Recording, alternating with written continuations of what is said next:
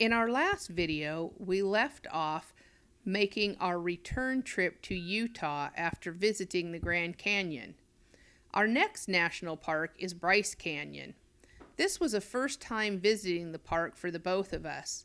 We couldn't even imagine what lay ahead. We thought nothing could top the spectacular views of the Grand Canyon. Little did we know. It's right here. There it is. People in that spot we were in. Yeah.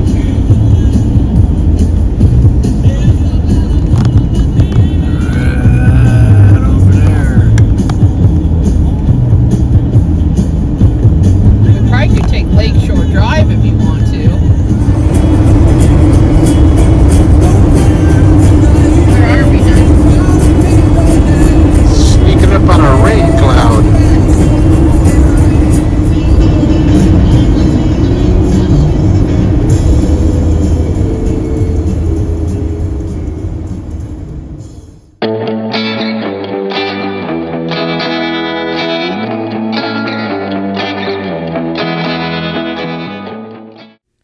We drove back up Highway 89 to the town of Kanab, Utah. We spent one night at the Kanab RV Corral. Seldom do we ever stay at RV parks, but it just seemed to take some of the stress off. We managed to get laundry done, flush our water tanks, and give Waldo a much-needed inside cleaning. The RV park was nice. It was clean and the folks were very friendly. The price seemed a little high to me, but I think the rates were comparable to others in town. Skip really enjoyed the fenced-in dog area.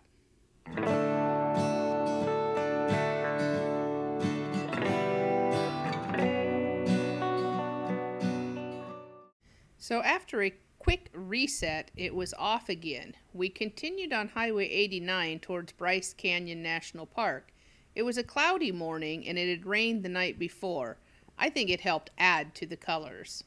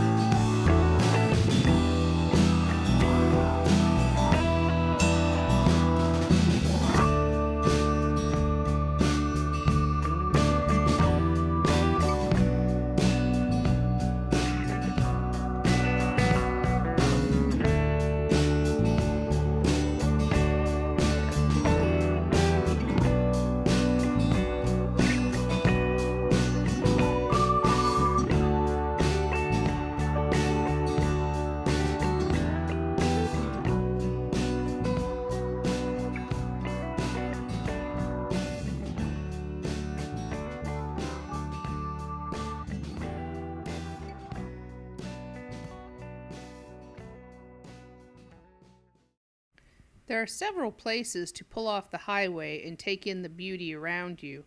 The views as we approached the park were amazing.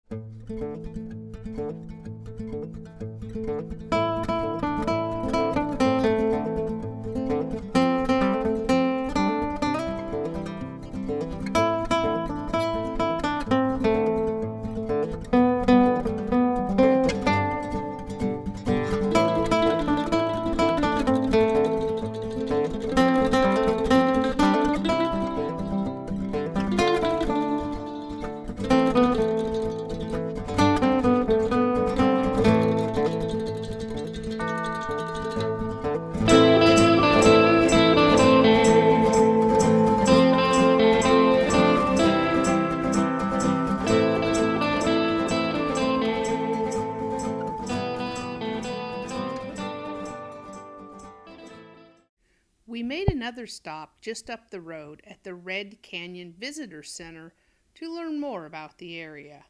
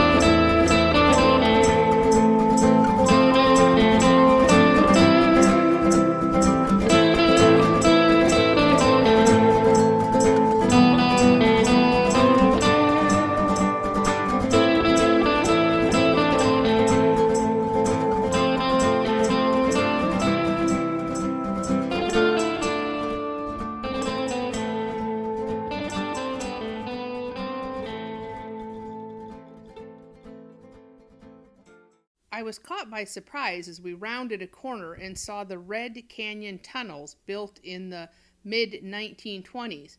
Of course, my first thought was, oh no, clearance height. Thankfully, at 13 feet 6 inches, we had room to spare.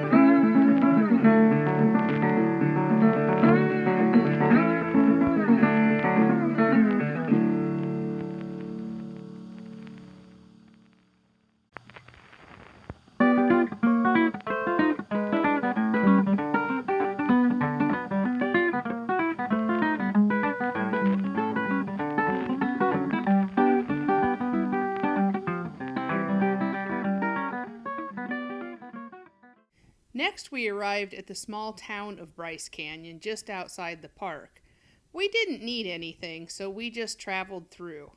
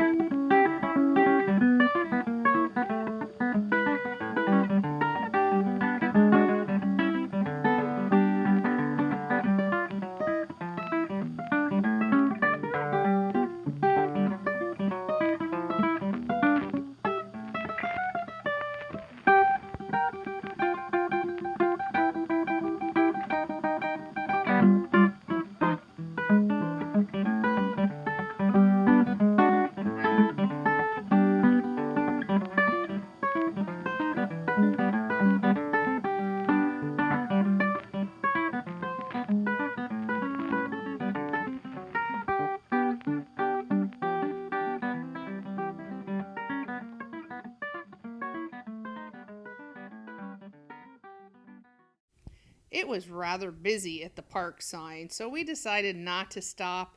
We were kind of anxious to get to our campsite and just relax. I was able to get us 2 nights at the North Campground inside the park.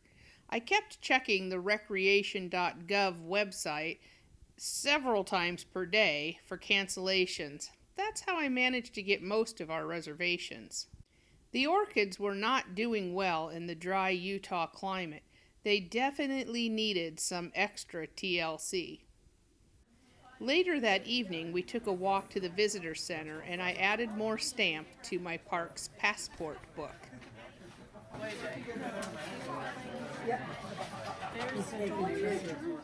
Before we started this trip, I had downloaded the National Parks app on my phone. I found this to be very helpful in planning what we wanted to do.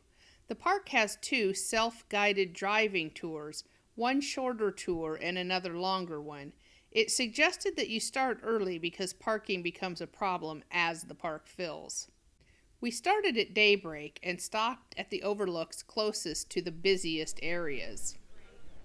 Our first stop is Bryce Point. Bryce Point is at an elevation of 8,300 feet. This is also part of what the park refers to as the amphitheater.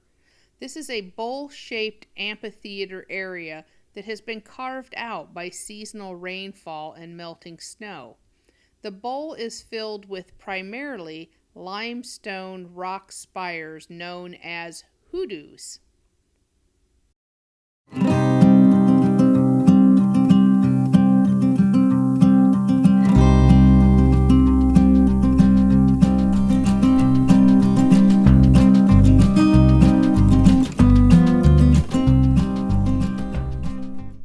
Our next spot was Inspiration Point.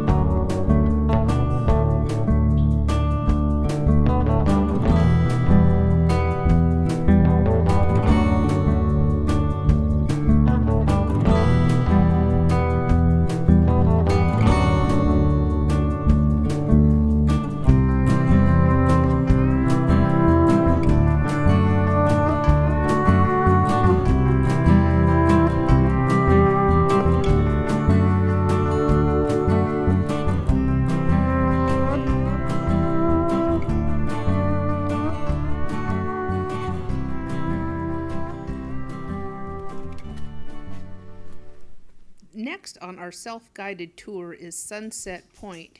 Here you will see some of the most famous and breathtaking views of the Bryce Canyon hoodoos. Approximately 50 million years ago, these limestone deposits were a large freshwater lake. The iron oxide mineral supplied the vibrant red, oranges, and yellows of the lower half of the cliffs.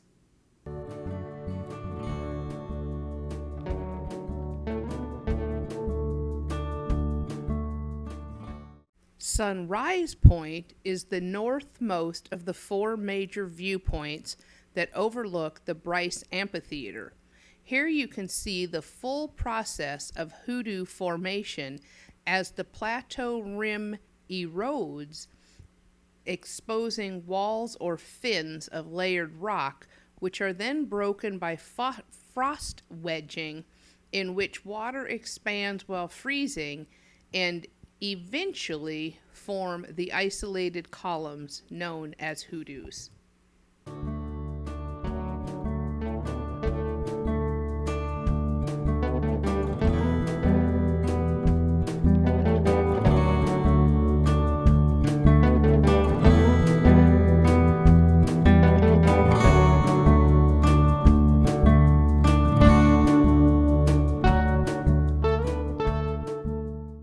From here we drove to Rainbow Point at the furthest end of the main park road, Utah 63.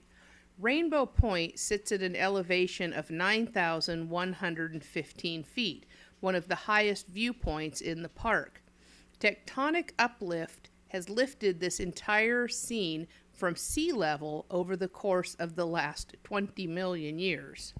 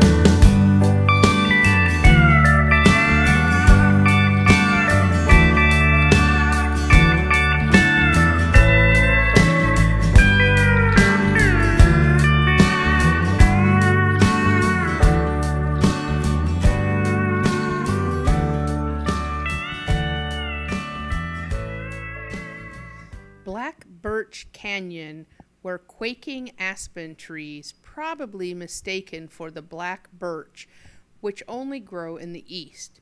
Birch are famous for having bark that peels like paper, whereas the aspen bark does not peel. However, we enjoyed every minute of the scenery.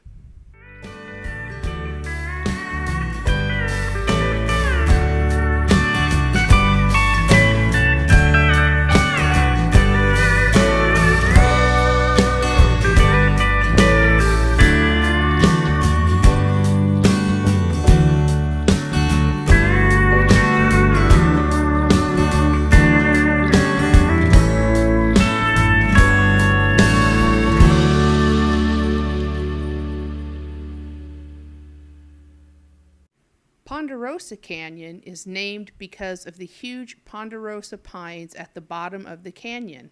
Some measure more than 5 feet in diameter and exceed heights of 150 feet. However, from the rim, you would never know this. The forests in Bryce Canyon are divided into zones according to elevation.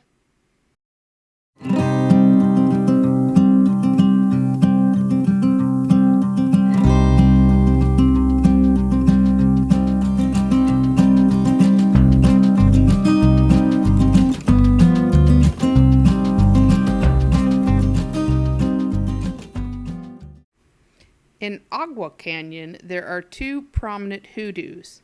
One on the left is the hunter, and the one to the right is the rabbit. In early years, the park had made great efforts to name many of the prominent hoodoos. Over the years, many of them have fallen or partially fallen, so they look nothing like the original things they were named for. As a result, the hoodoos are no longer being named.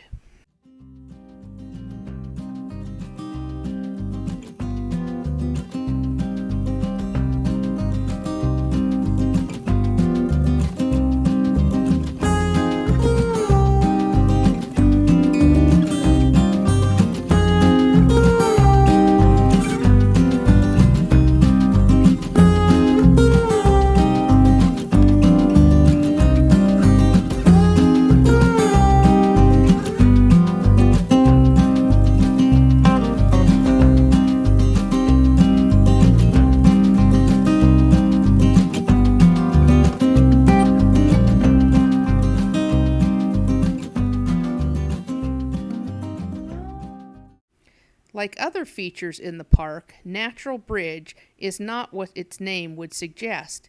Natural bridges are formed by the movement of a stream or river cutting through rock. The impressive feature seen here is instead a natural arch or window formed primarily by the expansion of ice in cracks deep within.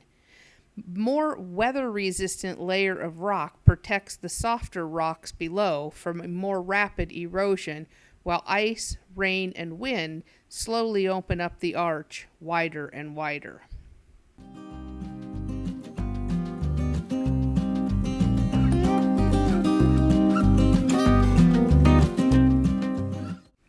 Fairview Point is appropriately named. Navajo Mountain, 90 miles away on the border of Utah and Arizona, can be seen in the distance. To the east, beyond the Table Cliff Plateau, you can see the pointed peaks of the Henry Mountains, 84 miles away.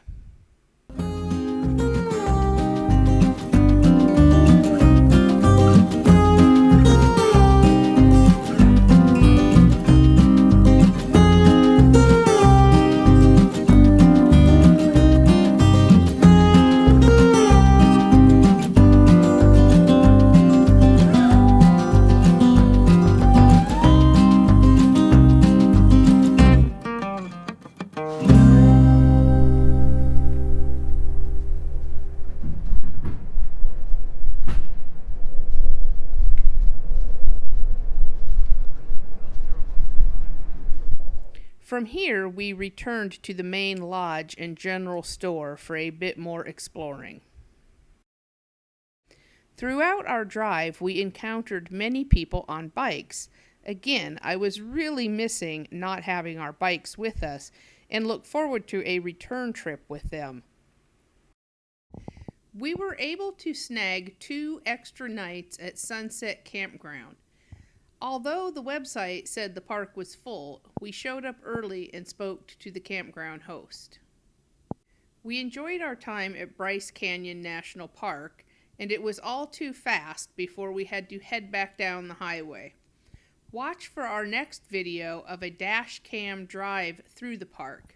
Thanks for watching.